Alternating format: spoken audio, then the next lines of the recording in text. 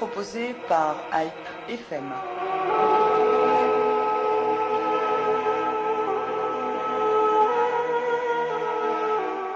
L'Arménie est en route pour devenir une république parlementaire. Sans surprise, le oui l'a en effet emporté dimanche dernier au référendum sur la Constitution qui entérine cette transformation en profondeur des institutions du pays. La réforme constitutionnelle est donc en marche et selon les autorités, elle devrait renforcer la démocratie en assurant un meilleur équilibre entre les pouvoirs. Mais pour l'opposition conduite par le Parti Héritage et le Congrès national, ces changements ne visent qu'à permettre à Serge Sarkissian de rester au pouvoir après l'expiration de son second mandat présidentiel en devenant Premier ministre. Alors, quel avenir se dessine en Arménie avec cette nouvelle constitution ? Quelles conséquences positives et négatives vont entraîner ces changements constitutionnels ? C'est ce que nous allons voir ce matin dans notre émission Carte sur table, dont les invités sont les représentants des médias arméniens de France. En studio, Vaïd Arminassian, bonjour. Bonjour. Pour le magazine France Arménie. Avec nous, Gilal Cholakian, bonjour. Bonjour. Pour le journal Noor Haraj. Pour IPFM, l'analyse sera assurée par Vatan Caprielian, bonjour. Bonjour. Et nous sommes en ligne avec Seta Mavian, bonjour. Bonjour. Correspondante à Yerevan des Nouvelles d'Arménie Magazine. Alors avant d'entrer dans le détail de cette nouvelle constitution, voyons tout d'abord le déroulement du référendum du dimanche dernier qui, selon l'opposition, aurait été marqué par des fraudes importantes. Je me tourne immédiatement vers vous, Seta Mavian, car vous êtes sur place, vous étiez donc aux premières loges pour ce référendum. Comment s'est déroulé ce scrutin ? D'abord, je vous remercie de me donner la parole et je me posais la question de savoir comment j'allais parler de tout ce qui est en train de se passer actuellement en Arménie, car il y a beaucoup de choses à dire. Mais je voudrais d'abord dire que ce référendum, le projet de loi sur le référendum, qui est devenu donc une loi qui a été adoptée par le Parlement, où il faut quand même rappeler à l'auditeur que le parti, je dirais que le pouvoir a la majorité écrasante, donc la majorité absolue, donc peut faire adopter n'importe quel projet. Il a été adopté ce projet de loi le 5 octobre dernier. Et ensuite, la date a été fixée d'un référendum puisqu'il fallait que ce changement constitutionnel soit validé par la population au cours d'un référendum qui a donc eu lieu il y a exactement une semaine, le 6 décembre. Le problème, c'est que ce projet de loi, devenu loi, a été proposé dans un climat de défiance totale. Je dis bien total, et pas seulement de l'opposition. S'il y a un petit quelque chose qui me gêne dans votre présentation des faits, c'est qu'on a l'impression que la part de critique est réservée à l'opposition. Non, il y a une défiance totale, je me permets de le dire, de la part de toute la population par rapport à ce régime. Et donc, l'idée même de proposer un changement aussi considérable qu'un changement constitutionnel qui n'était absolument pas justifié par aucun fait notable ou par aucune urgence, etc. Voilà, donc déjà, ça c'est très important de le noter. Alors effectivement, mais ça ce sont des informations que nous avions déjà transmises à nos auditeurs. Alors, à partir... Donc là on va y revenir après si vous voulez. Voilà, bien non sûr, mais je suis obligée de le dire. Bien sûr, mais l'intérêt ou pas de ce voilà. Alors référendum, ensuite, dans ce climat de défiance totale, nous avons les résultats suivants. Je résume. Nous avons les chiffres suivants qu'il faut prendre en considération. Nombre d'électeurs officiellement enregistrés par le pouvoir, 1 300 000 électeurs. Oui. Déjà, ce premier chiffre est considéré par tout le monde comme complètement exagéré. Taux de participation, selon les résultats officiels, 50,5%. Absolument pas crédible. Nombre de oui, 63%. Pas crédible non plus. Nombre de non, 33%. Pas crédible non plus, puisque le nombre de oui n'est pas crédible. Sauf si on considère Autrement dit, rien n'est crédible. Sauf si on Autrement dit, rien n'est crédible. Et là, je suis désolée parce que je suis obligée d'annoncer les choses comme ça, comme un coup de marteau, si vous voulez, sans prendre le soin, parce que le temps est compté, sans pouvoir le démontrer. Non, mais on remet pas en voilà. question, Ce que je veux dire, c'est que non seulement tout a été fait dans un climat de défiance totale, mais qu'aujourd'hui tout est remis en cause. Vous ne trouverez pas un Arménien dans n'importe quel coin d'Arménie qui va croire une seconde à ces résultats. Alors la question qu'on se pose, voilà. c'est de savoir si ces irrégularités et ces fraudes sont particulièrement plus nombreuses, parce que c'est ce qui est annoncé en fait par le mouvement Nouvelle Arménie, qui affirme qu'il y a plus de fraudes. Est-ce qu'on est dans une situation différente par rapport aux autres fois? C'est ça la question qu'on se pose. Oui, alors là je vais vous dire tout de suite, personnellement en tant que journaliste, je le pressentais. Je le pressentais très fort, je me disais, là on va avoir la totale. La totale, alors que jusqu'à présent, vous savez bien que chaque scrutin, depuis malheureusement l'instauration de la République, chaque scrutin voit sa légitimité remise en cause, c'est vrai. On a assisté par le passé, je ne reviendrai pas en détail concrètement sur quel scrutin, mais enfin, on a assisté par le passé à des violations grossières, etc. Il semblait que petit à petit, nous nous acheminions vers des violations, certes, mais plus soft, si je puis dire, vous voyez. Là, toute la panoplie a été mise en place, très grossière, et on pouvait s'y attendre. Je vais vous dire pourquoi je m'y attendais, parce que nous ne sommes pas dans le cas d'une élection nationale, nous sommes dans le cas d'un référendum. Or, pour que le référendum passe, il fallait un taux de participation de 40%, ce qui voulait dire, au bas mot, disons, grosso modo, 500 000 électeurs. Comment voulez-vous que dans une Arménie, où la population n'a que faire de cette réforme électorale, de cette réforme constitutionnelle, où les gens sont pris à la gorge par des tonnes de problèmes matériels, la pauvreté dans un état, mais et à un niveau qu'on n'imagine même pas en France, qu'on n'imagine pas du tout. Surtout quand on vient en Arménie, on reste dans les cafés branchés de Yerevan. Donc, il est évident que pour la majorité de la population, il était hors de question soit de se déplacer, soit de voter oui. Alors admettons que ceux qui se sont déplacés sont les partisans de ce changement constitutionnel, et dans ce cas, le résultat n'est pas étonnant. Si ceux qui se sont déplacés étaient justement les partisans de la réforme, en quoi le résultat de 63% serait faux? Alors écoutez, là évidemment, c'est ce que, si vous voulez, c'est en ce moment ce que la bataille, je dirais, post-électorale consiste pour les uns, pour l'opposition, à dire la fraude a été massive et organisée. Massive et organisée.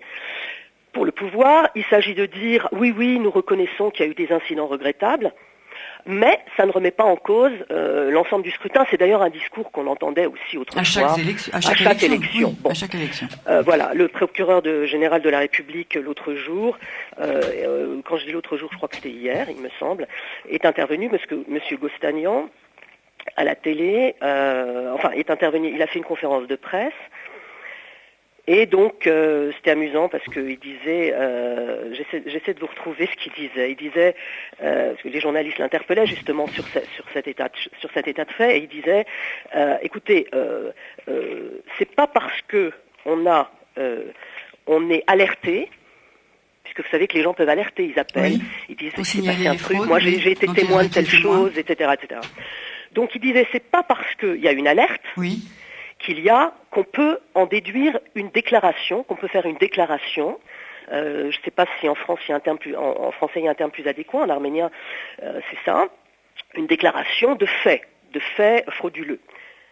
C'est pas parce qu'il y a une déclaration de fait frauduleux qu'il y a preuve de fraude. Alors, c'est pas parce qu'il y a preuve de fraude, non mais laissez-moi dire son raisonnement. C'est pas parce qu'il y a preuve de fraude qu'il y a forcément responsabilité pénale. C'est un avion. Si vous voulez bien, on va avancer sur la question de la nouvelle constitution elle-même, parce qu'il semblerait que cette question des fraudes soit très complexe, mais qu'elle ne remette pas en question le résultat du vote, si on part du principe que ceux qui ont voté étaient favorables à la Constitution, et qu'à l'inverse, ceux qui n'attendent plus rien du pouvoir en place n'ont même pas pris la peine d'aller dans les bureaux de vote en se disant de toute façon, il n'y a rien à faire. Je voudrais vous interrompre, franchement, là je vous interromps, excusez-moi, mais je ne peux pas laisser cette analyse courir, comme quoi les 63% de oui sont des gens qui ont voté oui. D'accord. Tout le problème, non mais c'est très important. Bien sûr, c'est important. Tout le problème, c'est qu'on en est à un point aujourd'hui où tout est imaginable. La fraude est imaginable au point qu'on change les ballots d'urne, vous comprenez ce que ça veut dire. Excusez-moi d'avoir ce ton un petit peu en colère, parce qu'il y a deux solutions après un tel scrutin. Soit vous êtes abattu, morne, vous mettez une couverture sur le dos et vous bougez plus, tellement vous êtes dégoûté.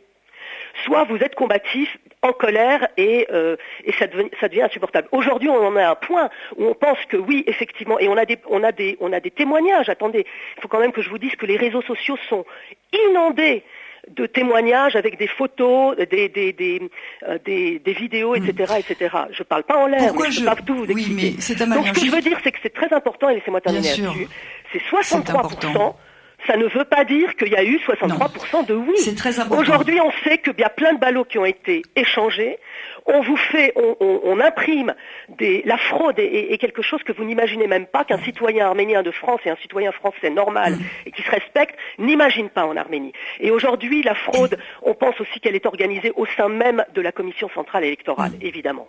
Alors, qui peut balancer n'importe quel chiffre qu'on ne peut pas vérifier, parce qu'il n'y a pas la publication des listes d'émargement. Donc on va commencer à échanger avec vos confrères qui sont en studio, mais ce que je voulais vous demander, c'est à ma vie, c'était malheureusement de mettre un peu de côté cette question des fraudes, qui est très importante évidemment parce qu'elle remet en question tout le processus démocratique du pays, pour en venir à la Constitution elle-même, en quoi elle est dramatique que l'on puisse aujourd'hui dire non, la population n'a pas voté pour et on l'a fait passer en force alors que c'est donc un texte qui serait néfaste, parce qu'il est là le problème. Si fraude il y a eu et que ce texte est négatif, la question n'est pas la même. Vous voyez ce que je veux dire? On a l'impression que à la base la réforme constitutionnelle est néfaste, dangereuse, et qu'il fallait la faire passer en force. Donc c'est un peu ce qui intéresse principalement nos auditeurs, de savoir qu'est-ce qu'il y a dans cette Constitution qu'il faille la faire passer en force, ou à l'inverse, qu'est-ce que l'opposition a à redire qui est une critique de principe en direction du pouvoir. Oui, alors là, vous amenez le débat sur le sujet du contenu du contenu, tout à fait. Du contenu de la réforme. Du projet de réforme, enfin de la loi portant nouvelle, non pas révision de la Constitution, mais changement total de Constitution. Je vous rappelle quand même que vous avez un certain nombre de gens dans l'opposition, notamment Pachinian et son parti contrat civique, qui ont refusé catégoriquement de rentrer dans l'examen du contenu de cette Constitution. Et je vous avouerai que on peut le comprendre. Pourquoi ? Parce que finalement, pourquoi changer de Constitution ? Non, mais la question du pourquoi est très importante. Bien pourquoi sûr. changer de Constitution maintenant ? Alors moi, je me suis essayée à cette petite analyse, puisque j'ai été invitée par le Front Nord-Hayastan qui organisait une rencontre avec, entre guillemets, les intellectuels, à intervenir sur ce sujet. Donc j'ai fait une intervention à laquelle je me suis préparée moi-même, c'est-à-dire que je me suis dit, bon, tu t'assois dans un fauteuil et tu essaies de comprendre pourquoi, comment, le contenu, etc. Là, je ne peux pas, évidemment, en 2 minutes, me livrer à toute cette analyse pour les auditeurs. Mais je vous dirais la chose suivante. Ma conclusion est la suivante. Elle vaut ce qu'elle vaut. Je vous la donne. Je pense que c'est une constitution qui a été imposée, plus ou moins, à Serge Sarkissian, de l'extérieur. Je vois ici un danger lié à de futures décisions qui pourraient être prises par une Assemblée nationale qui sera dans la perspective, n'est-ce pas, que cette Assemblée nationale sera dominée par les mêmes forces que celles qui sont actuellement dominantes à l'Assemblée nationale. Je suppose que c'est une façon de pouvoir manipuler beaucoup plus la vie politique interne de l'Arménie, où malgré tout ce qu'on dit sur la passivité des gens, eh bien non, il y a quand même une assez forte capacité de résistance, je vais vous le dire, et qu'on voit bien actuellement. Et donc là, moi, j'y vois ce danger. Alors malheureusement, je ne peux pas vous le démontrer, j'ai pas le temps là maintenant, mais c'est la conclusion à laquelle je suis arrivée. C'est une conclusion à laquelle je suis arrivée. C'est-à-dire que je ne suis pas partie de là. Je ne suis pas partie en me disant non, c'est mauvais, c'est ceci, c'est cela. Non, j'ai amené bout à bout un certain nombre d'éléments et voilà où j'en suis de mon analyse. Alors si c'est rajouté à cela, se rajoute à cela. On va prendre point par point, si vous voulez bien, pour qu'on puisse puisse enchaîner. Oui, mais je voudrais terminer en disant que il s'avère que ça va aussi dans le sens des intérêts du pouvoir en place. Ça va aussi dans le sens de ses intérêts. Et donc là, il y a une conjonction d'intérêts, mais que cette réforme, entre guillemets, ce changement ait été plus ou moins imposé de l'extérieur, moi j'en suis personnellement convaincue. Alors, sur ce point, on va entamer le débat. Et termination, revenir aussi sur d'autres aspects. Vous restez avec nous, c'est Amavian. Oui, avec plaisir. Alors, et termination. Peut-être revenir un peu en arrière sur oui, l'aspect des fraudes, d'abord sur les fraudes, moi je n'étais pas sur place, donc je vais pas en parler. Enfin, si ce n'est quand même que pour un petit peu rebondir là-dessus, rappelons quand même que le processus de plainte continue, parce que j'ai vu que le Congrès national arménien avait déposé un recours auprès de la commission électorale centrale dans lequel pour demander une annulation de l'élection. Donc il faut attendre cette étape, que cette étape soit franchie. Peut-être que cet Amavian pourra en dire 2 mots tout à l'heure. Et puis concernant, je sais pas si cette constitution a été imposée de l'extérieur.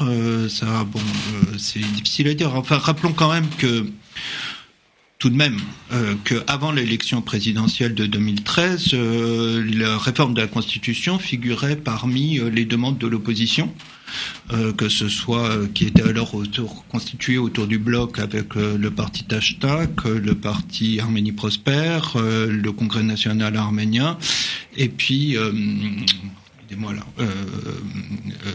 Héritage. Et Héritage, oui, qui réclamait cette réforme constitutionnelle. Donc c'est quand même, il y a quand même sur le plan intérieur des revendications qui ont porté cette réforme. Bon, le parti Tashnak, ça fait des années qui réclame le passage à un régime parlementaire. Pour répondre sur la question de manipulation d'imposés de l'extérieur, je ne sais pas. Mais il se trouve que juste avant le référendum du 6 décembre, le président de la République, Serge Sarkissian, a accordé une longue interview aux chaînes de télévision arméniennes, et dans lequel il a exposé les raisons pour lesquelles il pensait qu'il fallait entamer cette réforme. Et parmi, on pourra en parler, parce qu'il y a quelques quand même révélations dans cette interview qui a été donnée, enfin quelques précisions, en tout cas qui intéressent les journalistes sur le devenir de Serge Sarkissian lui-même. Mais il a donné un certain nombre d'arguments aux journalistes pour expliquer pourquoi il fallait une réforme. Et ce qu'il dit, les exemples qu'il a donnés pour lesquels il pensait que la Constitution actuelle, celle qui va être transformée, pouvait contenir un blocage des institutions arméniennes, sont assez frappants puisqu'il s'agit ni plus ni moins de sécurité nationale. Il a donné en disant que cette réforme pouvait dans certains cas faire peser un risque de guerre, carrément. Il a employé avec l'Azerbaïdjan et avec la Turquie, ou mettre en danger les forces armées. C'est assez curieux que le président de la République utilise des arguments comme cela. Il n'utilise pas des arguments du type on réforme la Constitution pour plus de démocratie en Arménie, pour assurer une autonomie au système judiciaire, enfin une indépendance du système judiciaire, mais qui parle de guerre, de Karabakh, de Turquie, de forces armées, et là-dessus, effectivement, on peut peut-être se poser la question pourquoi. Alors, la question pourquoi, moi, je ne sais, j'ai pas la réponse, parce que la question ne lui a pas été posée par les journalistes. J'aurais été là-bas, j'aurais certainement posé la question, mais on peut quand même un petit peu regarder ce qui se passe dans la région, où est l'Arménie. Il y a quand même des exemples de pays proches de l'Arménie, enfin qui sont un peu comme l'Arménie, qui sont des anciennes républiques de l'Union soviétique, dans lesquelles la Constitution a constitué une forme de blocage. Le premier pays, c'est notre voisin, c'est la Géorgie. En Géorgie, il y a une cohabitation. Alors, la réforme actuelle consiste à passer d'un système semi-présidentiel, qui est le système en France. On a vu une cohabitation avec Chirac et Mitterrand, etc. En Géorgie, il y a eu aussi une cohabitation, et ça a conduit à un blocage des institutions. Parce que les tensions sont assez vives en Géorgie. Je ne sais pas si vous avez regardé un petit peu, mais Saakashvili, l'ancien président de la République, est menacé de se faire retirer sa nationalité. Oui, mais ça veut dire... L'autre élément quand même qui est important aussi, qui explique ce contexte-là, c'est le contexte de l'Ukraine. L'Ukraine, je vous rappelle que la guerre en Ukraine a commencé à cause d'un problème de réforme constitutionnelle encore. Donc le fait que Serge Sarkissian s'attache à, alors ça peut être lui avoir été demandé, je ne sais pas la question, mais ce que je veux dire, c'est que le cas de la Géorgie et le cas de l'Ukraine sont significatifs dans la mesure où tout ça a conduit à la division des territoires de ce pays, que ce soit la perte de l'Abkhazie et de l'Ossétie du Sud pour la Géorgie, et aussi les territoires de l'est de l'Ukraine, du Donbass, etc. Donc ce serait pour préserver la cohésion Non, je ne sais pas si c'est, mais enfin, on peut quand même se poser la question. Quand l'Arménie entame une réforme constitutionnelle, il est bien évident qu'elle choisit une constitution qui soit adaptée à son environnement. Et son environnement, c'est celui-là aujourd'hui. Sauf que beaucoup de voix se sont élevées pour dire qu'elle n'était pas nécessaire, en tous les cas, maintenant. Alors, Batan Caprielian, on poursuit sur cette question du pourquoi maintenant, pourquoi cette réforme, alors que, c'est Amavian le disait, elle n'était pas justifiée et légitime. Alors, je pense qu'au contraire, elle est justifiée parce que depuis 20 ans, on est dans un régime assez bloqué. Vous avez une démocratie qui ne marche pas très bien. Vous avez un seul homme qui a le pouvoir absolu dans le pays, un seul homme, quel qu'il soit, Robert Kotcharian hier, Serge Sarkissian aujourd'hui, demain un autre. Donc c'est un pouvoir absolu. Et l'a dit Amavian, c'est un parlement qui peut passer n'importe quel projet de loi, la majorité absolue. Et si on veut rester dans ce régime de blocage, je ne vais pas dire dictatorial malgré nous, c'est-à-dire c'est la Constitution qui donne à un homme tous les pouvoirs de nommer... Hégémonique, en tout cas. J'ai exagéré dans le terme, mais pour dire que dictatorial dans le sens où on a tout le pouvoir, on n'a pas de compte à rendre, si ce n'est une fois tous les 5 ans, le jour des élections, au peuple. On peut nous imposer, comme le 3 septembre 2013, de signer en 24 heures l'intégration dans l'Union économique eurasiatique alors qu'on négocie avec l'Union européenne sous la pression. On est dans un régime où le président nomme les juges, on est dans un régime où le président nomme la commission centrale électorale, on est dans un régime où tout le monde regarde en haut le président, c'est-à-dire les juges, quel verdict donner à dans tel ou tel procès, parce qu'on dépend du président de la République. Et tout ça fait que le pays ne marchait pas. Et si on parle de monopole économique dans le pays, c'est parce qu'il y a un monopole politique, et le pouvoir politique et le pouvoir économique sont liés, ce qui fait que comment combattre les monopoles économiques, puisque tout est dans les mains, j'allais dire, d'un seul homme, mais avec tout son clan. Donc, est-ce qu'il n'y avait pas nécessité de changer cela? Changer en faisant quoi? En créant quelle nouvelle option? On va en parler peut-être si vous voulez, mais nécessité. Alors, est-ce que je peux répondre? Alors, avant que vous répondiez, c'est Amavian, la question que j'ai envie de poser tout de suite à Batan Caprielian, c'est en quoi ça va être différent si demain le Parlement reste aux mains d'un seul et unique parti? On va l'expliquer. Ça ne peut pas rester parce que dans cette nouvelle constitution, regardez ce qui se passe aujourd'hui depuis des années en Arménie. Vous avez des élections parlementaires, 131 sièges. Donc 41 sont au scrutin majoritaire. Oui. Donc il y a 41 oligarques, pour faire les choses, pour les dire simplement, ont une avance, c'est-à-dire les républicains, ou le pouvoir d'une manière générale, parce qu'il peut y avoir quelques personnes d'Arménie prospère, etc. Mais globalement, les républicains ont à peu près 40 sièges d'avance par rapport aux autres partis politiques. Donc si on comptabilise, s'ils ont 60% des voix. Donc c'est très difficile dans ce Parlement aujourd'hui, sans le scrutin majoritaire, d'obtenir une majorité. Donc ce que disait Amavian, c'est-à-dire que ce pouvoir peut passer n'importe quelle loi, ça ne sera pas possible automatiquement, sauf si on constitue des coalitions avec d'autres forces pour construire une majorité. Donc les choses vont changer dans les textes, et moi je m'étonne du fait de dire que Amavian dise que le texte ne change rien, et on va c'est Amavian, avant que je donne la parole à Gérald Jalakian, vous voulez répondre à ce qui vient d'être dit déjà? C'est Amavian? Oui. Oui, allez-y. Ah, excusez-moi. Je vous en prie. J'ignorais que vous me donniez la parole. Oui. Oui, je voudrais... écoutez, mon intention n'est nullement de blesser quiconque. Mais là, franchement, quand j'entends le plaidoyer de Zoltán Gabrielian, j'ai envie de lui dire, est-ce que vous vous moquez de nous ? Est-ce que vous croyez sérieusement dans ce que vous dites ? Oui, bien Est-ce sûr. que vous croyez que qu'un pouvoir tel qu'il est, non, je vais jusqu'au bout, mon Dieu, ce pouvoir, tout dépend d'un seul homme. Ah bon ? Mais justement, qui oblige cet homme à passer un coup de fil au juge en disant tu vas faire ça? Qui oblige cet homme à permettre qu'il y ait des monopoles? Non mais attendez, on va pas laisser dire n'importe quoi. C'est-à-dire ce régime-là qui crée cette situation. Et vous pouvez changer n'importe quelle constitution. Ici, c'est pas la constitution qui entre en jeu. Oui, c'est l'esprit des lois. C'est pas la loi. Je m'excuse, je vais jusqu'au bout. Oui, mais ce n'est pas la loi, c'est l'esprit des lois. D'accord. Et Zoltán Gabrielian est en train de se faire le relais de la propagande du gouvernement pour nous faire croire qu'il est plus royaliste que le roi, plus opposant que opposant, et qu'il est plus démocrate que démocrate. En quoi alors expliquez-moi, Monsieur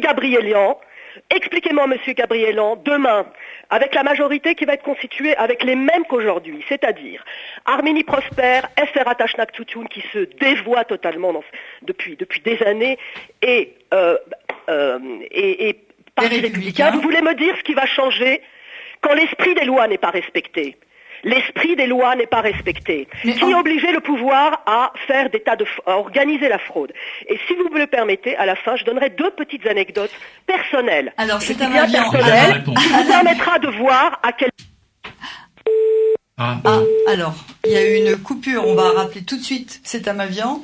Et ça me permet de vous donner la parole, Gilad Cholakian, le temps qu'on rappelle Setamavian. Parce que moi, je voudrais rebondir quand il sera là. Oui. D'accord. Alors, Gilad Cholakian.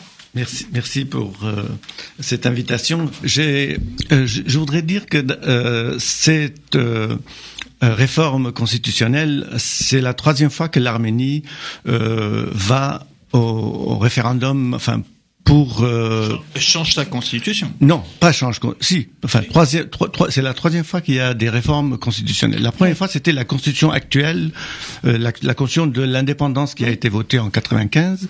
En 2005, il y a eu une deuxième réforme constitutionnelle sous le régime de Kocharyan. Et là, en 2015, donc tous les 10 ans maintenant, on a une réforme constitutionnelle qui est mise en place. On sait que c'est pas cette réforme constitutionnelle est votée et proposée pas pour plus de démocratie, parce que le régime semi-présidentiel en France fonctionne bien.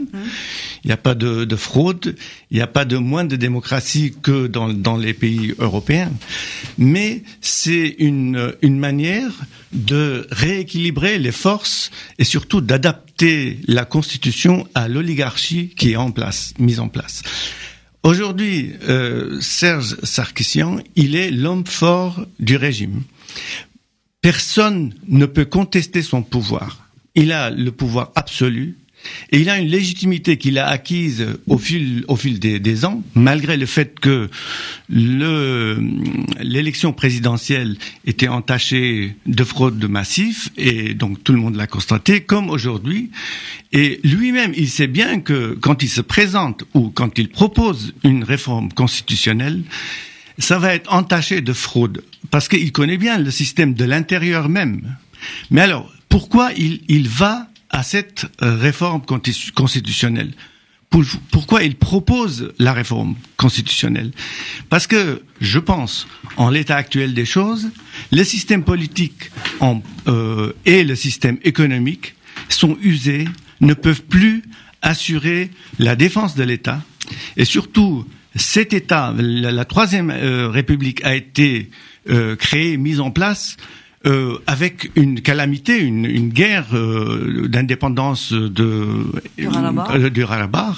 Et donc le souci majeur de l'État actuel, c'est de défendre le Haut-Karabakh. Et on sait qu'il y a des fortes pressions de la part de la communauté internationale sur l'Arménie de céder certains territoires qui entourent le Haut-Karabakh, les 7 régions. Et donc, il est obligé de prendre des décisions douloureuses et qui peuvent remettre en cause sa notoriété, parce que lui, il est élu et il a même mis en hors-jeu Leventer Petrosyan.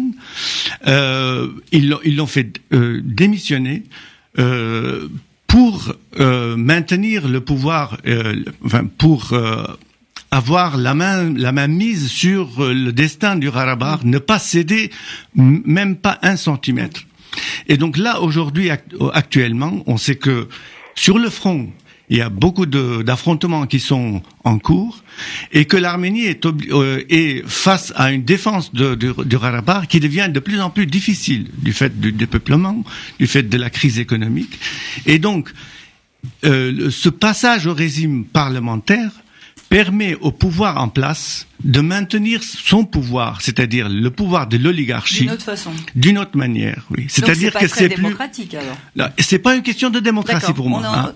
C'est juste une question de jeu de pouvoir pour se maintenir au pouvoir et pour maintenir au pouvoir l'oligarchie actuelle. Parce que si on voit toutes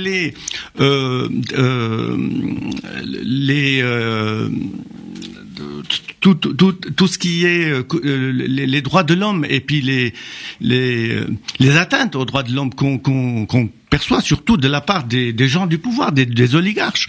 Si vous prenez par exemple le gouverneur de Sunik, Souren Khachaturian, ou bien Hayra-Bedian, c'est des hommes qui ont commis des meurtres, pratiquement, mais qui sont maintenus au pouvoir. C'est-à-dire que l'oligarchie se tient très fort et il veut pas lâcher le pouvoir.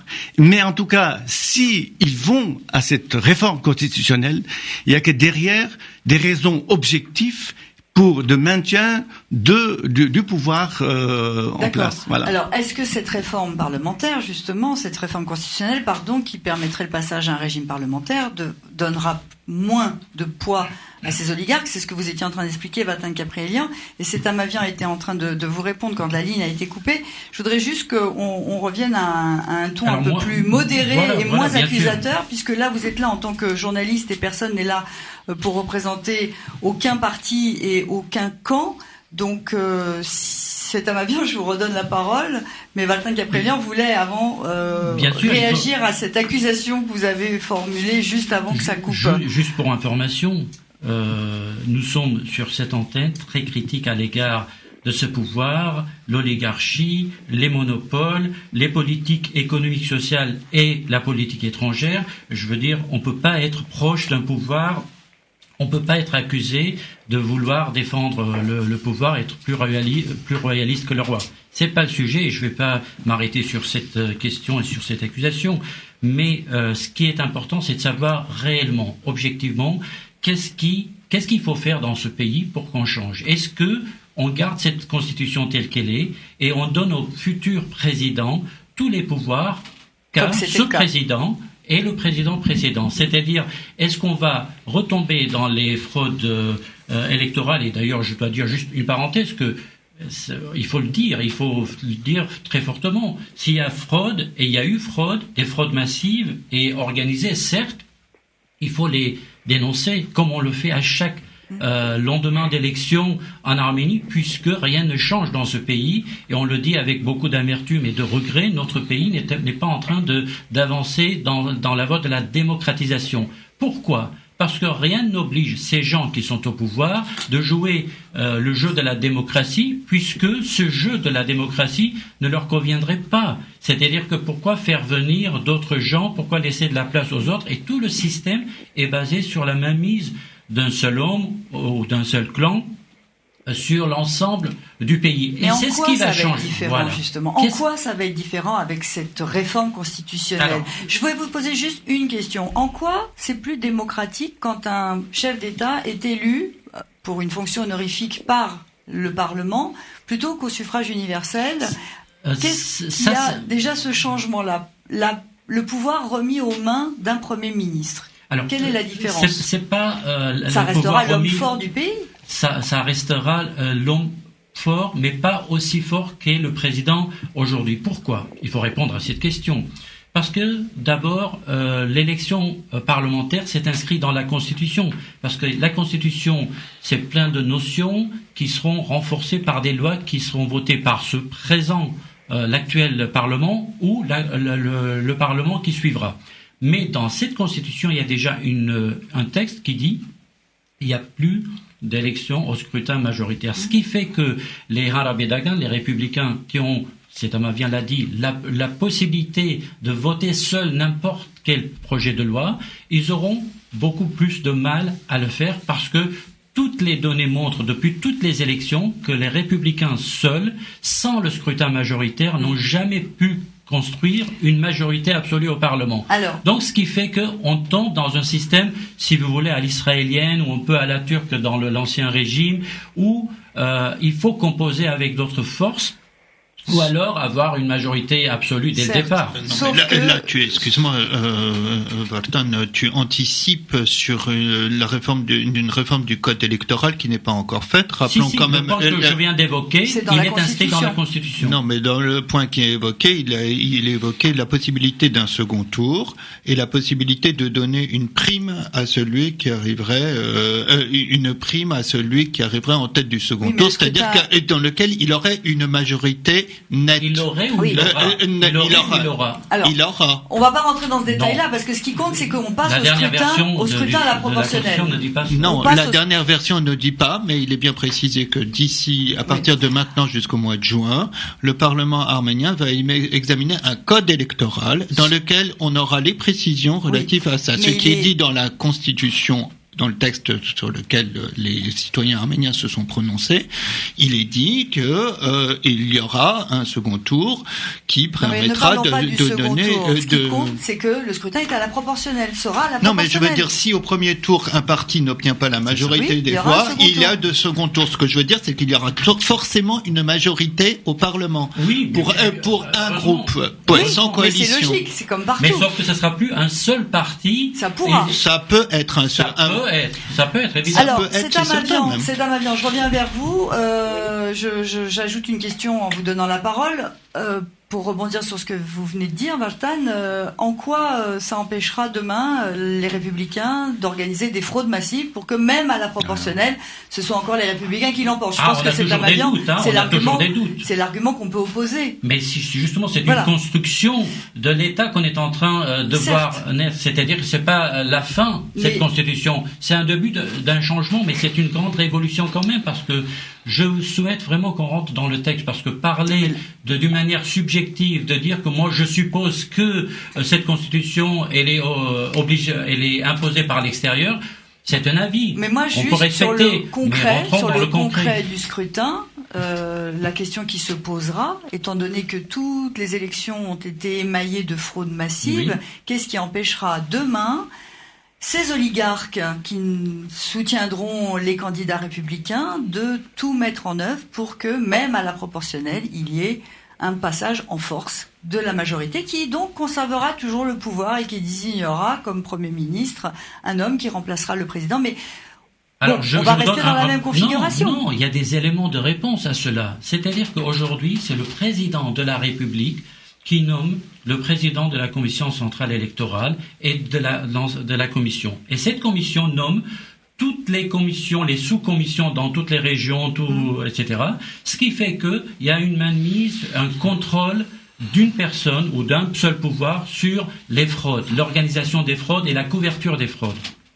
Alors que dans la nouvelle Constitution, c'est le Parlement qui pourra, il y a une partie, c'est pareil pour les juges. Les juges ne sont plus nommés par le chef de l'État, mais 5 sont nommés par le Conseil des juges, 5 sont nommés par le Parlement pour un seul mandat, pour qu'ils ne soient plus dépendants d'un pouvoir en haut, et pour 6 ans, c'est-à-dire un mandat qui est plus important que celui des parlementaires. Eux-mêmes.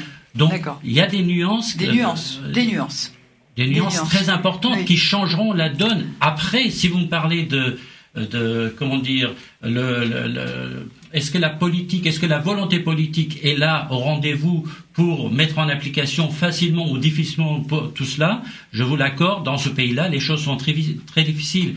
Les gens ne changeront pas. Ils auront toujours envie de rester au pouvoir. D'avoir une mainmise sur l'économie du pays. Certes, on est d'accord, mais que faire pour changer de cela? Une révolution ou des changements dans la Constitution qui obligent l'État à s'améliorer. Alors, c'est à Mavian. Alors, je Justement, réponds qu'est-ce qu'on peut faire? Vincent Gabrielian en précisant que je suis journaliste, mais je suis engagé. Un journaliste n'est pas forcément quelqu'un qui n'a pas d'opinion. Un journaliste peut avoir une opinion, l'important c'est que son opinion soit fondée sur des faits. C'est ça qui importe. Et donc, je me permets de dire que on ne transforme pas un loup en agneau. À qui va-t-on faire croire que ceux qui trichent et ceux qui sont violents, car le climat qui règne en Arménie est caractérisé par deux choses, la triche, culture de la triche, et culture de la violence. On n'en a pas parlé de ça, mais c'est très important. Oui, mais on en parle très régulièrement sur cette antenne, Culture ne de la vous violence. inquiétez pas. Donc ce ne sont pas ces gens-là, évidemment, qui vont nous faire croire une seconde qu'ils vont être à l'origine d'un autre système où il n'y aura plus de triche et où il n'y aura plus de violence, premièrement. Deuxièmement, j'en reviens tout à l'heure, je voudrais rebondir sur ce que disait Vahé, qui disait qui faisait remarquer que le système, la réforme constitutionnelle et le passage à un système parlementaire était revendiqué, faisait partie du programme électoral la plateforme de l'opposition, notamment de Héritage. Certes, c'est vrai, mais je me permets de... Alors là, par contre, peut-être de rentrer un peu dans leur peau, c'est-à-dire que ce serait un système qu'ils auraient, eux, fort d'un climat de confiance dans une nouvelle équipe qu'ils auraient instaurée. Il est évident qu'une telle réforme d'une telle ampleur ne peut pas être amenée par une équipe qui est totalement rejetée dans l'ensemble du pays. C'est inconcevable. Donc, solution, oui, pour un système, je vais jusqu'au bout. Oui, pour un système de changement, mais ça dépend dans quel contexte. Mais comment alors? Convenons-en. Deuxièmement, comment? Je tiens aussi à faire remarquer, et ça personne ne le dit, que la réforme constitutionnelle n'était absolument pas au programme, à contrario, et ça personne n'en parle, du Parti républicain. Car enfin, on peut se poser la question. Voilà un pays qui a un parti qui a fait toute une campagne en 2013 où il n'a jamais été question de réforme constitutionnelle, mais jamais. Oui, mais concrètement, c'est à Alors Mavian. attendez, non mais c'est important. Oui, mais concrètement quand même, c'est à Mavian. Parce que là, on est dans des généralités très subjectives malgré tout. Concrètement, qu'est-ce que c'est pas du tout subjectif ce que je dis, excusez-moi. Mais quand on me dit que c'était au programme de Héritage et qu'ils ne le font pas, moi j'apporte un élément de réflexion, c'est-à-dire que tu amènes tu amènes ta propre réforme quand tu sais que tu es au pouvoir. Si tu n'es pas au pouvoir, cette réforme est douteuse. Mais qu'est-ce qu'on pourrait proposer, Alors, justement? je termine en disant ceci, que cette histoire de constitution, de réforme constitutionnelle, figurez-vous qu'elle est intervenue très tôt, le lendemain même. Et ça m'avait personnellement frappé, et j'avais été très étonnée que personne à l'époque ne l'ait relevé. Le lendemain même de l'élection de février 2013, j'attire et je demande à tous ces journalistes qui sont réunis sur le plateau d'aller se reporter, d'aller fouiller dans leurs archives. Le lendemain même, Serge Sarkissian a fait une déclaration où il a lancé cette idée de réforme constitutionnelle qui n'était absolument pas dans son programme. Et moi, je me souviens qu'à l'époque, je m'étais dit, mais de quoi il nous parle? C'est quoi cette nouvelle plaisanterie? C'est quoi cette nouvelle chose? Pendant très longtemps, personne ne l'a remarqué. C'est resté sous le boisseau pendant des mois et des mois. Et tout d'un coup, plus ou moins en fin de régime, si je puis dire, en fin de gouvernement, il a ressorti ça et il a fait mener jusqu'au bout. C'est d'ailleurs un des éléments qui me conduit à penser, je précise, qui me conduit à penser que ça lui a été dicté. Car, et là je viens encore à une expression de M. Gabrielian qui dit notre gouvernement, le pouvoir a décidé. Depuis quand est-ce que nous avons, hélas, en Arménie, un pouvoir qui décide? Nous avons un pouvoir qui est à la botte, et c'est ça le problème. Alors à la botte de qui vous allez me dire? De quelle décision? Eh bien, à la botte de Moscou, et à la botte aussi des étrangers, puisque... Et je termine ma démonstration, permettez-moi de terminer ma démonstration. On reste malgré tout dans des appréciations. Non, je ne suis pas dans des appréciations, je suis dans des faits que j'analyse, j'essaie de comprendre. A contrario, justement, qu'est-ce que propose le camp du non au référendum pour que la situation puisse s'améliorer? Parce que la situation ne peut pas perdurer ainsi. Mais attendez, vous parlez de quelle situation? La démission qui est demandée. Le camp du non demande la démission de Serge Sarkissian et du Premier ministre. Ça a été le mot d'ordre de la dernière manifestation. Si Serge Sarkissian est remplacé par un autre chef d'État qui conserve les mêmes pouvoirs qu'aujourd'hui, en quoi cela serait bénéfique pour l'Arménie? Non mais c'est pas comme ça du tout qu'on doit poser la question. Sauf que c'est ce qui est demandé. Donc, c'est demandé de façon assez caricaturale. Donc c'est pour ça que... Non, mais c'est pas le problème de se dire en quoi ce serait plus bénéfique de rester dans le système actuel. Ben si, moi, la ma question c'est de dire pourquoi faut-il changer pour que ce soit plus bénéfique. Deli mastvat, comme on dit en arménien, deli mastvat. Il y a des choses il y a des mesures, il y a des tas de mesures à prendre sans qu'il soit besoin de changer la Constitution. Allez demander aux pauvres paysans Non, là on s'éloigne. Attendez, s'il vous plaît, je termine. On s'éloigne. Non, mais je peux pas vous laisser monopoliser la parole parce qu'il y a 3 journalistes en studio qui n'ont pas pris la parole jusqu'à présent. Veuillez m'expliquer. Il faut qu'on laisse circuler la parole quand même un peu. Je suis d'accord, mais laissez-moi terminer juste ainsi. Vous me posez la question de la façon suivante. En quoi rester dans le système actuel serait plus bénéfique? Moi, je réponds en disant que je m'étonne de la formulation de cette question. En quoi rester dans le système politique où on est est dramatique? Veuillez m'expliquer, veuillez me démontrer que c'est dramatique, en particulier pour la sécurité nationale, puisqu'il en a été question tout à l'heure, et que Bahé a fort justement rapporté que le 3 décembre, effectivement, il y a eu une très longue rencontre avec les journalistes, interview de Serge Sarkissian, où finalement la majorité du propos n'avait rien à voir avec l'esprit des lois et avec la Constitution, où il s'agissait de dire aux gens, attention, si vous ne votez pas oui, demain, en gros, c'est la guerre et on perd le Karabakh. En gros, je résume, mais en gros, c'était ça. Bon, c'est Amabian.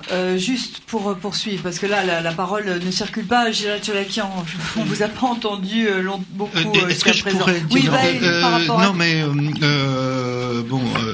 enfin, je voudrais quand même. Mais si on pouvait venir non, mais si quand même, aussi. parce qu'il y a quand même, quelque chose que dit cet homme, que je suis pas, enfin. Je voudrais le dire autrement. C'est que on peut aussi analyser, cette réforme. Il faut voir qu'il y a ce qui est dit, et puis il y a évidemment les calculs qui sont derrière. Alors bon, les calculs électoraux, etc., ça on pourra en parler, etc. Mais on peut aussi effectivement voir cette réforme, le fait que le président Serge Sarkissian parle comme ça de sécurité, on peut voir aussi cette réforme comme une réforme pour empêcher des révolutions de couleur en Arménie. Ça peut être vu comme ça. Maintenant, ta remarque, elle est fort juste en disant que ce n'était pas dans le programme de Serge Sarkissian lors de l'élection présidentielle, parce que le programme de Serge Sarkissian lors de l'élection présidentielle, le programme. Il y a un point qu'a proposé. Il y a un programme. Le programme de Serge Sarkissian, c'était: moi, je m'engage à assurer la sécurité et la stabilité de l'Arménie. C'est ce qu'il a dit. Je vous dis pas qu'il le fait ou il le fait pas. C'est ce qu'il dit. Et c'est pas totalement vrai qu'il n'y a pas eu des discussions avec l'élection sur une réforme constitutionnelle avant les élections présidentielles, parce qu'il y a eu un certain nombre de déclarations et de propos de leaders du Parti républicain qui sont tenus sur ce sujet, à commencer par Ranush Hagopian, qui avait proposé de faire un Sénat avec dans lequel seraient représentés des Arméniens de la diaspora, des choses comme ça. Donc il y a eu quand même quelques discussions à l'intérieur du Parti républicain. Bon, et puis je vais quand même vous dire un petit peu quand même, ça c'est pas une information, c'est que j'ai eu l'occasion par le passé de rencontrer Valtan Borossian, qui est ce juriste qui était à l'époque membre de la commission présidentielle pour la réforme constitutionnelle et qui est maintenant le représentant officiel du président auprès du Parlement pour cette réforme. Et à l'époque, j'ai posé la question: pourquoi est-ce qu'il y a cette réforme? Il m'a dit, alors évidemment, on regarde ça avec, faut voir qui parle. Mais enfin, il m'a expliqué que effectivement, cette idée de réforme avait traîné à l'intérieur du Parti républicain, que c'était monté, et que la question avait été amenée sur la table du président avant l'élection. et que Serge Sarkissian avait dit cette question est arrivée jusqu'à mon niveau, et puis on va attendre le résultat des élections pour la lancer. Alors maintenant, c'est vrai que c'était pas dans son programme, ça c'est tout à fait juste. Moi, j'aimerais bien dire que, sur le front intérieur, effectivement, il y a la société civile, l'opposition. Enfin, l'opposition n'a pas vraiment de force. Elle est éparpillée. Elle n'a pas une prise forte sur la vie politique en Arménie.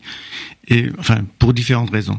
Mais c'est important aussi de signaler l'attitude des forces occidentaux et puis des forces étrangères, c'est-à-dire que la Russie d'abord, qui a accepté, qui ne s'est pas opposé à cette réforme constitutionnelle. Si on dit que l'Arménie est totalement sous l'autorité ou à la botte du régime russe, pourquoi avoir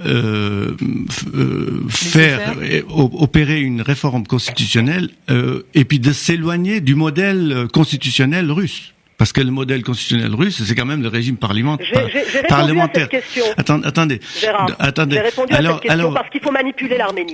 Non, mais d'accord. Mais en tout cas, c'est-à-dire que institutionnellement, l'Arménie va sur une autre voie. C'est le régime des parlementaires, c'est le régime des partis.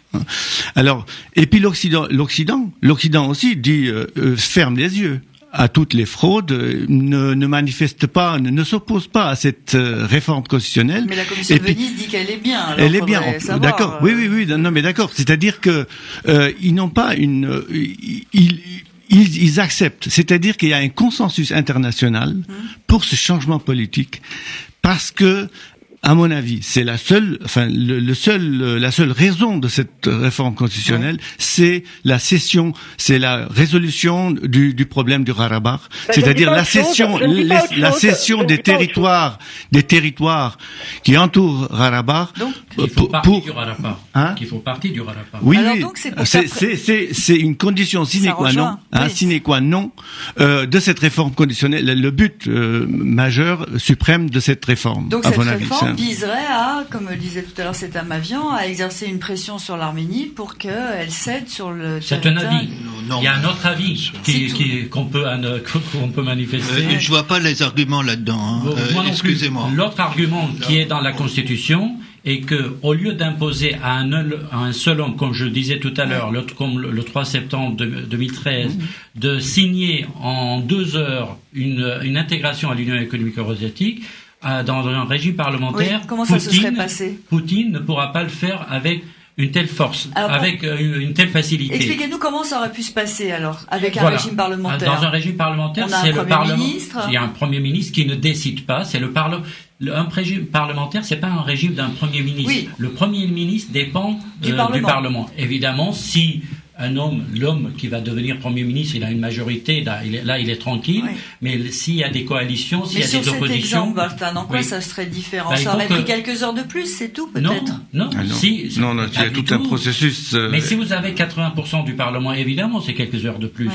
Mais toute la différence dans cette Constitution, c'est que vous n'aurez pas le Parlement que Serge Sarkissian a aujourd'hui, mais je le dis d'une manière mécanique, non pas parce que je le souhaite, moi, personnellement.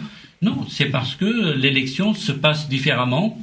Je ne parle pas des fraudes organisées, massives, etc., comme on l'a dit tout à l'heure. C'est le système à la Ils auront toujours envie de faire des... Qui permettra de rééquilibrer un peu le rapport de force au Parlement. Pas forcément. Mais si, forcément, parce que... Alors pourquoi pas forcément, détermination ? On va rentrer dans la tambouille électorale, mais en deux mots. Aujourd'hui, le système proportionnel en France donne un Parlement quand même très varié, avec une représentation nationale très diversifiée, où il y a justement un rapport de force si vous permettez.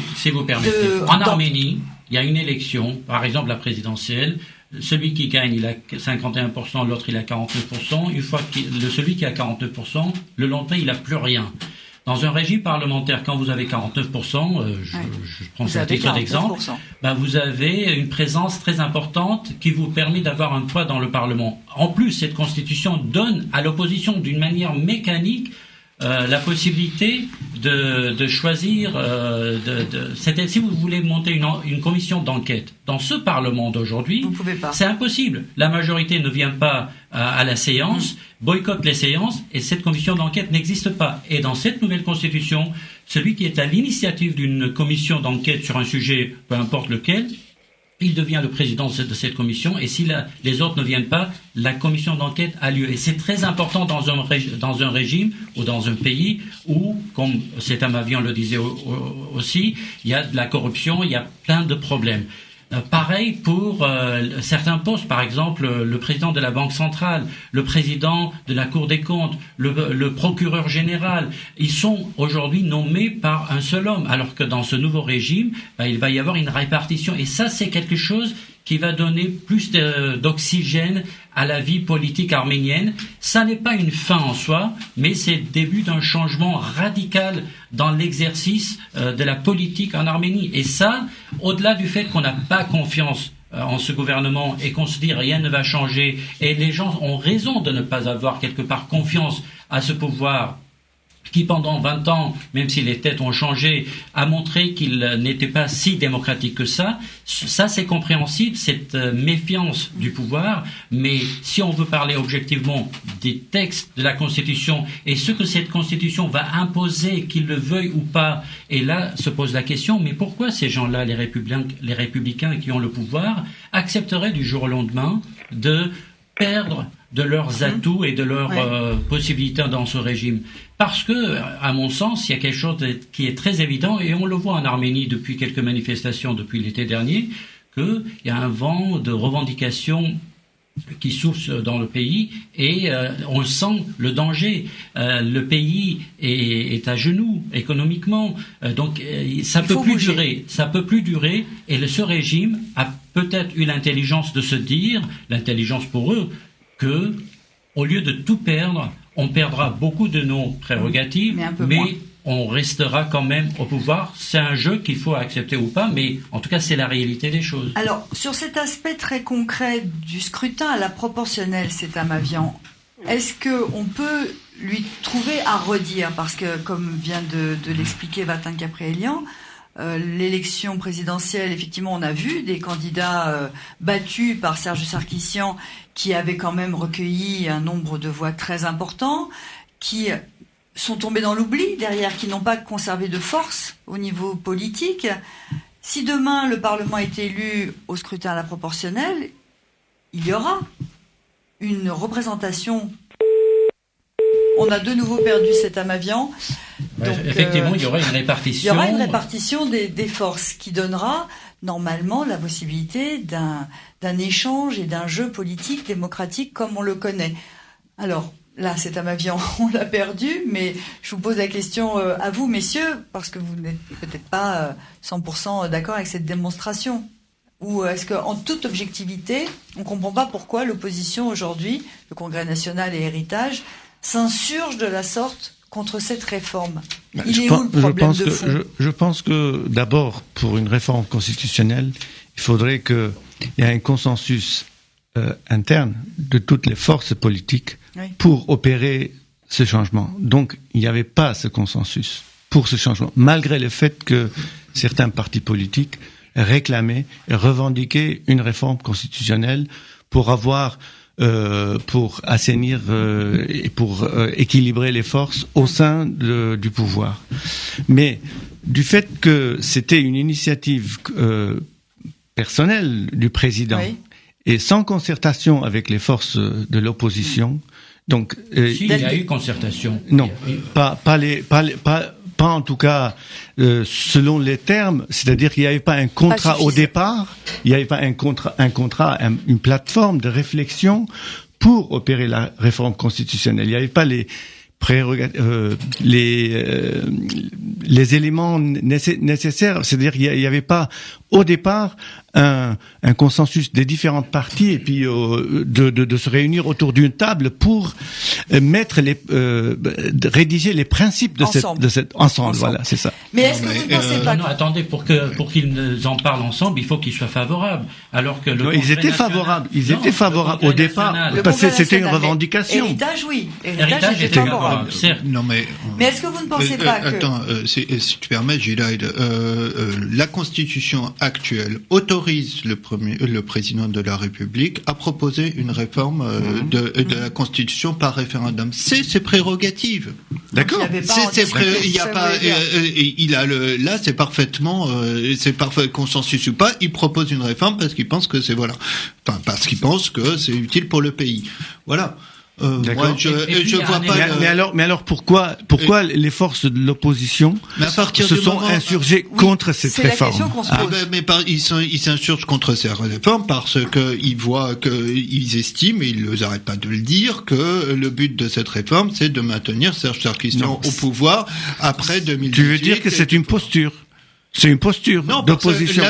La Constitution actuelle, rappelons quand même aux auditeurs quelque chose que peut-être qu'ils ont oublié, c'est le fait que selon la Constitution actuelle, Serge Sarkisian, qui est actuellement président de la République en Arménie, il est à son second mandat et il ne peut pas se représenter. Ça, nos auditeurs l'auront bien compris. Donc la question, c'est évidemment son devenir en politique. Oui. Aujourd'hui, Serge Sarkisian est le président de la République. Le président de la République a quasiment énormément de pouvoir en Arménie. Donc évidemment, ce qui est soupçonné, c'est qu'en faisant une réforme constitutionnelle et en donnant le pouvoir au Premier ministre, le Serge Sarkisian pourrait devenir Premier ministre. Il pourrait obtenir d'autres postes. J'en sais rien. Tout le monde imagine tout. Voilà. Donc c'est ça l'opposition. Alors l'autre facteur, je pense, de l'un à l'autre à l'envers. L'autre facteur aussi qui est, je pense, important. Bon, une des raisons qui est peut-être pas beaucoup soulignée par la classe politique dans l'opposition, c'est que dans un régime parlementaire, il faut passer à un régime de partis. Et aujourd'hui, les partis en Arménie ne sont pas. Il n'y a pas vraiment de parti politique en Arménie. On a qu'est-ce qu'on a comme parti politique? On a le parti Tachnak, qu'on connaît bien. Je parle des partis parlementaires, que l'on connaît bien. Mais bon, le parti Tachnak, d'abord, il est fait. Il remonte à une forme de parti qui remonte au 19e siècle, même s'il a eu des réformes, etc. Il y a le parti républicain qu'on peut même pas vraiment qualifier de parti, mais qui est plutôt...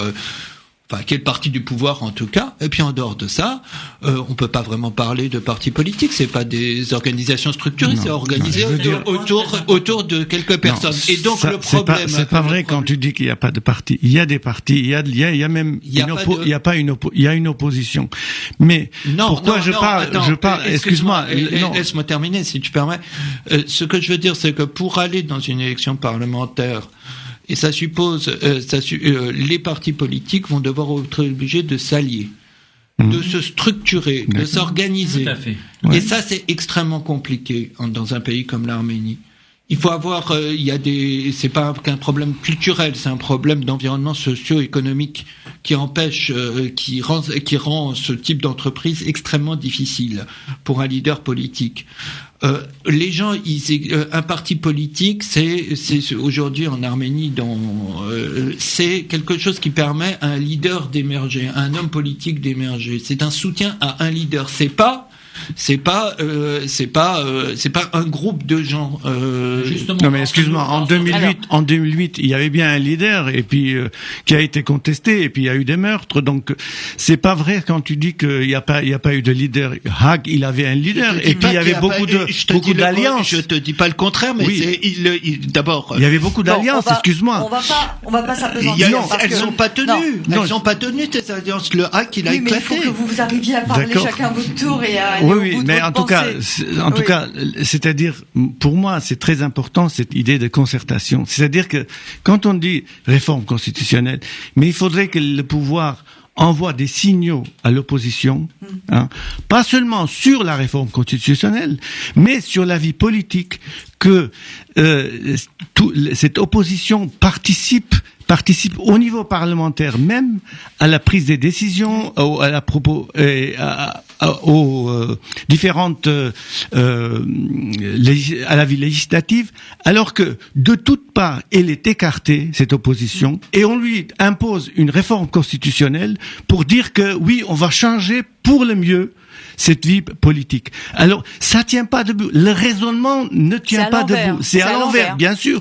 C'est-à-dire que s'il y a une réforme constitutionnelle, une proposition, il faudrait que toute cette culture politique de mise à l'écart soit réformée. Ce qui n'est pas fait dans au ce contraire, cas. c'est ce qui est fait dans la Constitution nouvelle. Oui, ça, mais d'accord, mais il faudrait que au point où on réforme la Constitution, il faut qu'elle soit appliquée cette mentalité, la nouvelle approche. Vous êtes en train de dire que la Constitution qui existait il y a quelques jours est mauvaise parce qu'elle ne permet pas ceci, cela.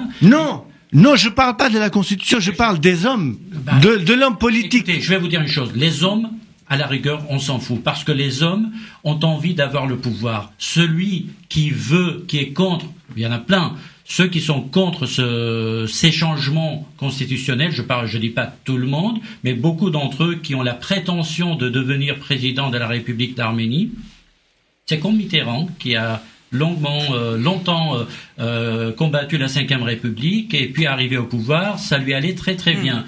Aujourd'hui, quand on veut être président de la République en Arménie, il vaut mieux garder l'ancienne constitution parce qu'on a tout et les autres n'ont rien. Pourquoi donner ça aux autres? Et cette nouvelle constitution ne convient pas à des gens qui veulent marquer l'histoire par leur personne et non pas par leur action. Alors, je vais vous donner une dernière fois rapidement la parole parce que cette émission touche à sa fin, c'est à Mavian, donc une réponse en forme de conclusion. Le sujet est loin d'avoir été épuisé, évidemment, on en reparlera, mais pour conclure, c'est à Mavian. Et je vous remercie d'avoir patienté pendant tout ce temps. Je vous en prie, je voudrais attirer en conclusion l'attention sur deux choses. Premièrement, je rejoins totalement Vahé quand il dit que un régime parlementaire ne se comprend et ne se justifie que s'il y a un vrai système de partis constitué dans un pays. Ce n'est absolument pas le cas en Arménie, à un point, je le répète, que l'auditeur n'imagine même pas. Qui est partisan, qui est membre d'un parti. Aujourd'hui en Arménie, il faut bien voir que les gens sont membres d'un parti par intérêt, parce que le copain est membre d'un parti, c'est hallucinant. Donc ça n'existe pas, à part la FRA Tashnaktsutioun, qui effectivement a une ancienneté, etc., etc.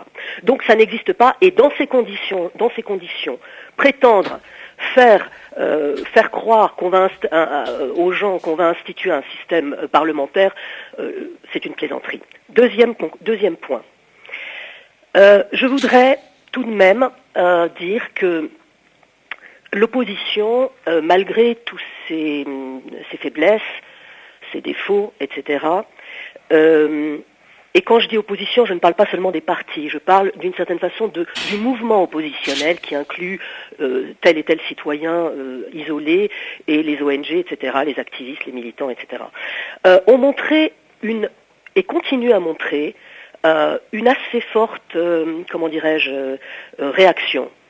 Ça, c'est heureux. Je voudrais terminer, en fait, non pas absolument terminer sur une note positive, mais tout de même relever que, pour une fois, la mobilisation, la campagne s'est faite avant l'élection, à partir du 1er décembre et même avant.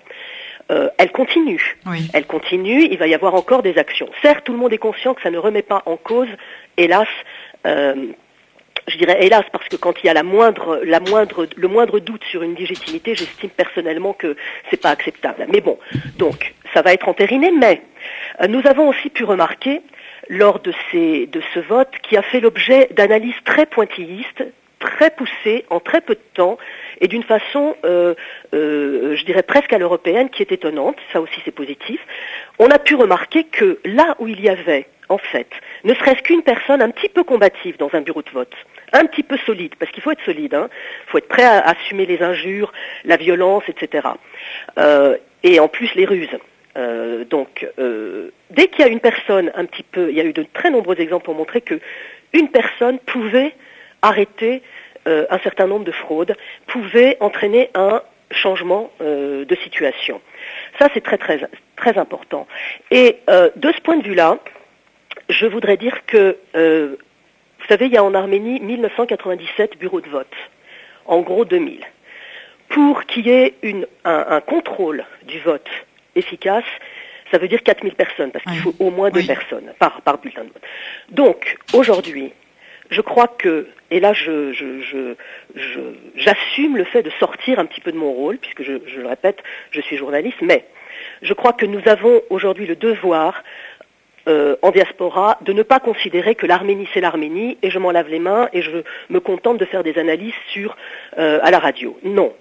Nous avons aujourd'hui à nous retrousser les manches, tous, en Arménie et en diaspora, pour qu'à la prochaine élection, et ça va venir très très vite, en 2017, il va y avoir les élections parlementaires, et là il faudrait effectivement que l'opposition que tous les gens de bonne volonté assurent le fait qu'il y ait un contrôle dans tous les bureaux de vote. Et je pense que la diaspora a un rôle à jouer. Et si les radios, en France et ailleurs, les radios, les médias, les associations, etc., s'y mettent, on pourrait essayer tous ensemble de faire que la prochaine échéance électorale, en dépit des intentions malveillantes des uns et des autres, prenne un tour différent. Voilà, c'est là-dessus que je vais terminer. Merci Seta Mavian. Merci pour votre contribution à cette émission ce matin. Donc je rappelle que vous étiez en direct de Yerevan, vous êtes la correspondante permanente des Nouvelles d'Arménie Magazine. Alors messieurs, on va conclure à votre tour. Bon, pour moi, cette élection, ce référendum était une épreuve majeure, un test de contrôle du niveau démocratique de l'Arménie. Et il s'avère qu'il n'a pas passé le test de passage, c'est dommage. Et il faut effectivement un autre tour. La presse, il faut qu'elle joue son rôle pour dire la vérité, faire une analyse pour éclairer les gens et puis aider à ce processus démocratique. Martin Gabrielian ? Alors effectivement, tout commence maintenant pour moi, et je regrette que une constitution, une réforme ou une nouvelle constitution, si vous voulez, parce qu'il ne s'agit pas d'une réforme, c'est une vraie nouvelle constitution qui se met en place, passe dans des conditions inacceptables. C'est dommage parce que le texte, je reste très convaincu qu'il est, évidemment, il y a toujours des choses à compléter, à améliorer, parce que on est dans un État qui se construit en réalité, mais oui, a priori le texte est bien. A priori, le texte est très bien. C'est une grande avancée dans la démocratisation, dans le fait que c'est pas un seul homme, un seul clan qui va faire tout dans le pays, qui va nommer les juges, qui va nommer la commission centrale électorale, la banque centrale, le procureur général, etc. Non, il va y avoir un changement en ce sens-là. J'aurais beaucoup aimé que ça se passe sans des fraudes ou avec un minimum de fraude, qu'on puisse dire que déjà ils ont montré que ils sont en train de changer, mais à la rigueur, on s'en fout. On s'en fout dans le sens où ce qui est avant, parce que ça c'est avant la nouvelle constitution, c'est mauvais. Moi j'espère que ce qui va arriver dans l'avenir, c'est pas parce que les hommes vont changer, c'est parce que les lois vont imposer un changement, et dans ce pays, les changements, il faut les imposer. Termination.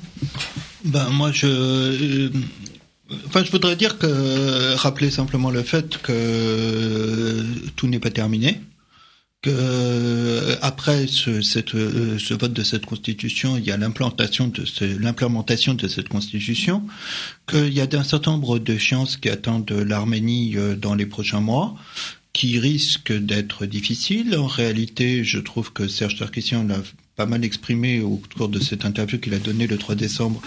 La période qui arrive est risquée, en particulier parce que d'ici le mois de juin, cette réforme constitutionnelle ne peut véritablement, dans ses grandes lignes, rentrer en vigueur qu'après l'adoption du code électoral, que ce code électoral suppose un consensus de la classe politique, qui n'a pas l'air d'être établi par le fait que déjà il y a des manifestations dans les rues. Sauf s'il va dans le bon sens. Donc comment Serge Sarkissian va réussir à négocier ce virage, que on voit, outre les leaders de l'opposition dans la rue manifester, on a vu des voix ici ou là qui sont intervenues pour critiquer les conditions de ce vote En particulier, on a entendu Wolfgang Voscagnan, qui est quand même officiellement de l'opposition, mais enfin, on a entendu aussi le porte-parole du second président de la République, Soromonian, critiquer cette constitution et parler du fait, lui, carrément, ce qu'a fait Voscagnan de fraude, ou de choses comme ça, que après l'adoption de ce code électoral, il y aura les élections législatives de 2017 qui vont mobiliser les forces, donc en mai 2017. Et ensuite, seulement à ce propos-là, puisque c'est ce que nous a exprimé le 3 décembre Serge Sarkissian, à ce moment-là, Serge Sarkissian révélera ce qu'il fera pour son parcours personnel. Est-ce qu'il se présentera? Est-ce qu'il sera Premier ministre? Est-ce qu'il sera ceci? Tous les bruits qui recouraient jusque-là ont été rejetés, c'est-à-dire il disait qu'il ne serait pas ceci, qu'il ne serait pas cela, mais en réalité, il nous dit que jusqu'en 2017, il ne dit plus rien. Il ne le dit plus rien, je pense, parce que Serge Sarkissian, jusque-là, l'une des raisons pour lesquelles il dit plus rien, c'est que d'abord il a besoin de maintenir son pouvoir. Il va pas commencer à que les différents loups se lèvent, etc. pour critiquer. Mais enfin, une autre des raisons, c'est que la situation internationale pourrait faire que Serge Sarkissian pourrait jusqu'au dernier moment prendre la décision de rester, quoi, quand même. Bon. C'est plus à exclure. Sauf que cette constitution, cette nouvelle constitution va dans le bon sens si elle est appliquée à la lettre. On parlait de la loi et de l'esprit des lois. Il faudra que l'avenir montre que la réforme a été voulue pour justement accompagner l'Arménie dans ce chemin vers la démocratie, comme l'ont dit les dirigeants. Affaire à suivre, évidemment. Merci, messieurs. On aura l'occasion de revenir sur cette question de la nouvelle constitution dans nos journaux et dans nos émissions. Merci de nous avoir suivis. Au revoir.